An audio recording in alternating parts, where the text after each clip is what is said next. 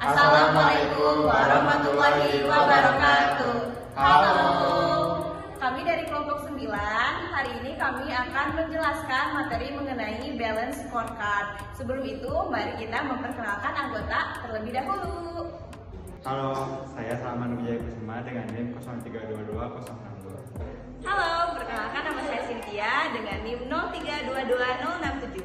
Halo, saya Rahma Nurul Salam dengan NIM 0322068. Hai, saya Usnu Adi Papasi dengan NIM 0322070. Balance scorecard adalah alat perencanaan dan pengendalian strategi yang digunakan perusahaan untuk mengukur kinerja secara lebih seimbang antara aspek keuangan dan aspek non-keuangan. BSC pertama kali dikenalkan oleh Robert Kaplan dan David Norton pada tahun 1992 melalui artikel di Harvard Business Review dan kemudian dikembangkan menjadi buku yang menjadi bestseller pada tahun 1996. Selanjutnya ada konsep dasar balance scorecard. Yang pertama ada BSC mengomunikasikan 4 perspektif utama. Yang pertama ada perspektif keuangan, yaitu mengukur pencapaian hasil akhir organisasi seperti profitabilitas, pertumbuhan pendapatan, dan juga pengembalian investasi.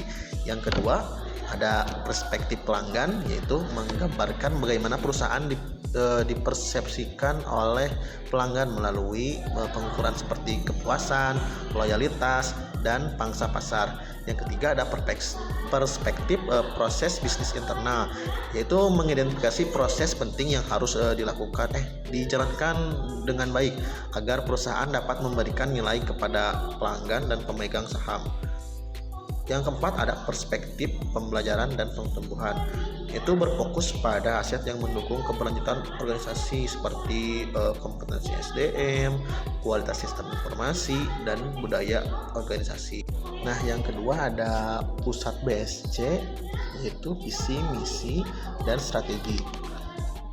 Yang pertama ada tujuan strategi. Ini adalah pernyataan tentang apa yang ingin dicapai oleh organisasi secara spesifik dalam setiap perspektif. Yang tadi, keuangan, pelanggan, proses internal, dan juga pembelajaran. Terus yang kedua ada indikator kerja, yaitu alat ukur yang digunakan untuk membantu apakah kita sudah mendekati tujuan strategis atau belum. Tanpa indikator kita tidak bisa tahu apakah kita berhasil atau gagal. Yang ketiga ada target tahunan, yaitu angka atau nilai spesifik yang harus dicapai dalam jangka waktu tertentu, biasanya 1 tahun, berdasarkan indikator kerja yang sudah ditetapkan. Yang keempat ada inisiatif strategi, yaitu proyek, program, atau langkah nyata yang dilakukan untuk mencapai target tersebut. Yang ketiga ada keseimbangan antara leading dan lagging indicator. Nah, kalau untuk leading indikator itu fokus pada hasil akhir seperti profit atau jumlah penjualan. Terus kalau leading indikator yaitu fokus pada proses yang memicu hasil tersebut seperti kepuasan pelanggan atau produktivitas karyawan. Nah, yang terakhir atau yang keempat ada BSC sebagai sistem manajemen strategis. Yang pertama itu ada menerjemahkan strategi menjadi program kerja. Yang kedua ada menentukan target dan juga inisiatif. Yang ketiga ada mengaitkan strategi dengan penganggaran. Dan yang terakhir ada memastikan seluruh karyawan mendukung strategi perusahaan. Hubungan visi, misi, strategi dengan balance scorecard. Visi, misi, strategi menjadi pusat balance scorecard karena BASI menerjemahkan strategi organisasi ke dalam ukuran kinerja yang jelas dan terukur. Banyak perusahaan gagal mengeksekusi strategi akibat lemahnya visi, sumber daya manusia, manajemen, dan alokasi sumber daya, terutama karena rendahnya pemahaman karyawan terhadap strategi. BASI menghubungkan visi dengan pelaksanaan operasional serta memastikan keseimbangan antara aspek keuangan, pelanggan, proses bisnis internal, dan pengembangan sumber daya manusia. Misi menjadi dasar penetapan tujuan dan indikator kinerja, sementara balance scorecard memastikan misi tidak hanya bersifat pernyataan umum, tetapi diterjemahkan ke dalam tujuan terukur pada 4 perspektif. Dalam hubungan dengan strategi, BSC membantu mengatasi tantangan utama implementasi, yaitu menerjemahkan strategi ke dalam tindakan sehari-hari. Dengan memecah strategi menjadi komponen yang lebih operasional, BSC berfungsi sebagai kerangka kerja yang menghubungkan pengambilan keputusan dengan eksekusi strategi. Pengembangan tujuan dan pengukuran kinerja. Pengembangan tujuan, strategi, objectives, dan pengukuran kinerja management merupakan langkah penting dalam menerjemahkan visi, misi, dan strategi perusahaan ke dalam indikator yang dapat dievaluasi. Proses ini dilakukan dalam 4 perspektif BSC, keuangan, pelanggan, proses internal bisnis, serta pertumbuhan dan pembelajaran. Tujuan ini berfungsi sebagai arah bagi perusahaan dalam mencapai strategi. Di sini saya akan memberikan masing-masing contoh kepada BSC. Yang pertama ada keuangan, meningkatkan pendapatan. Untuk pelanggan, meningkatkan loyalitas. Proses internal, mengoptimalkan supply chain. Pembelajaran pertumbuhan, meningkatkan keterampilan SDM, menyediakan alat dan sistem pendukung kerja. Menentukan pengukuran kinerja. Pengukuran kinerja digunakan untuk menilai apakah tujuan tercapai dan apakah strategi menuju keberhasilan.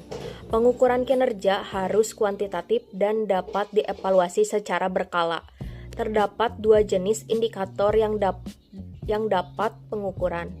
Yang pertama ada leading indikator, yang kedua ada lagging indikator. Di sini saya akan memberikan contoh untuk masing-masing.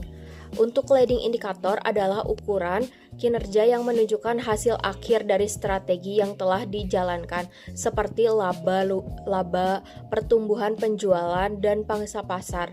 Indikator ini berguna untuk mengevaluasi keberhasilan strategi. Yang kedua ada leading indikator, adalah ukuran kinerja yang bersifat prediktif dan berorientasi ke masa depan seperti kualitas proses, inovasi, dan kompetensi karyawan. Leading indikator membantu manajemen untuk mendeteksi potensi masalah lebih awal dan melakukan tindakan korelatif. Mengelola pengeluaran. 1. Hiburan mencakup semua pengeluaran yang berhubungan dengan rekreasi dan kegiatan yang menyenangkan. 2. Tabungan mencakup semua bentuk penyimpanan uang untuk masa depan seperti dana darurat, investasi pensiun, dan tujuan jangka panjang lainnya, dan mengalokasikan 30% dari sana. 3. Kebutuhan dasar mencakup semua pengeluaran esensial yang diperlukan untuk menjalani kehidupan sehari-hari dengan baik. Strategi Maps adalah peta visual yang menunjukkan hubungan sebab akibat antara tujuan strategis dalam 4 perspektif Balance Scorecard atau BSC. Tujuannya adalah memberikan gambaran logis bagaimana strategi perusahaan diimplementasikan dari level SDM hingga menghasilkan kinerja keuangan. Disusun dalam 4 lapisan. 1. Pembelajaran dan pertumbuhan. 2. Proses bisnis internal. 3. Pelanggan. 4. Keuangan. Fungsi strategi Maps adalah menjelaskan alur strategi dalam bentuk cause and effect, menyatukan seluruh tujuan strategis agar konsisten dengan visi dan misi, menjadi alat komunikasi agar seluruh karyawan memahami strategi, menjadi dasar penyusunan inisiatif strategis perusahaan. Nah, jadi Balance Scorecard adalah alat manajemen strategi yang menilai kinerja secara seimbang melalui 4 perspektif, yaitu keuangan, pelanggan, proses bisnis internal, serta pertumbuhan dan pembelajaran. Implementasinya berawal dari visi, dan strategi, kemudian diturunkan menjadi tema strategis, tujuan, dan indikator leading dan lagging, serta disusun dalam strategi map. Keberhasilan BSC sangat bergantung pada komunikasi yang baik kepada seluruh karyawan. Sekian pemaparan materi dari kelompok kami. Wassalamualaikum warahmatullahi wabarakatuh.